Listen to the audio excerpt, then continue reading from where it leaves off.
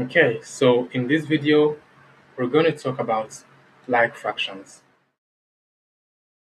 The number up represents the numerator, and of course, in unit fractions, the numerator is always going to be 1, and the number down represents the identity.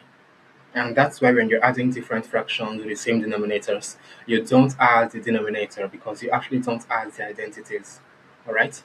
The identity remains the same. For example, when you are in one family and your sibling, when you come together, families don't change, right? You have simply come together. So when 1/6 and another 1/6 comes together, they actually come together as 2/6, but the sixths don't change because the family or the identity remains the same. Now, when we speak of like fractions, two things are like when they are the same. Actually, when they have the same identities, we can say they are alike. But when they have different identities, we can say they are different or they are unlike. So what this means is that when two fractions have the same denominators, two fractions or three fractions or some number of fractions, when they have the same denominators, we can say they are like fractions. But when they have different denominators, we can say they are unlike fractions because they have different denominators. Because now they no longer have the same identities, or they no longer come from the same family. All right. Now that's basically it about like and unlike fractions. Now with like fractions, it becomes very easy to add them together, right? Since the identities remain the same, you simply add the numerators. 1 plus 2 is 3. The same way you can say 1 apple plus 1 apple.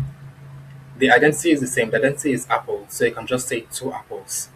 But when you're saying different identities, now this represents apple and this represents oranges. They are different, right? Just as apple and oranges are different. When you add one apple and one orange, what do you have? You can't have two apple orange or two orange apples. You simply have one apple or and one orange. So when you are adding 1/6 and 2/7, you simply have 1/6 and 2/7. The only way you can add one apple and one orange is when you say, okay, now I have two fruits, right? You won't speak of it as apple or orange, otherwise you won't be able to add them together. You're going to speak of them as fruits. An apple is a fruit, an orange is a fruit. So instead of saying I have one apple and one orange, if you want to say I have two something, you're going to say I have two fruits. Not I have two apple orange, not I have two orange apples, but two fruits.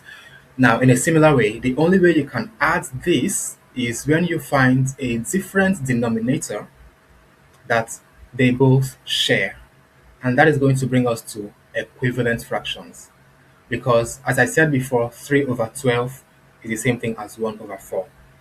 Now, 1 over 6 is the same thing as something, and 2 over 7 is the same thing as that thing. And they both share the same identity, only in that situation. Now, we have to change these to that situation where they have the same identities, and that is the only time we can add them together. We'll talk about that in equivalent fractions. Another benefit of knowing about like and unlike fractions is when you want to compare fractions, 1/2 and 1/8. Because when people are running a race, number 2 in a race and number 8 in a race, the person that has a higher point in that race is number 2. You see. So in this case, we're not thinking of the numbers as absolutes. They are relative, right? These numbers represent positions. And the smaller the position, the higher the importance, the higher the number is. So 1/2 is higher than 1/8.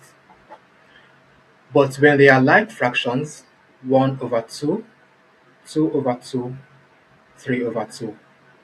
Since they all share the same denominators, the higher numerator represents the higher number. So these are the importance of knowing about like and unlike fractions.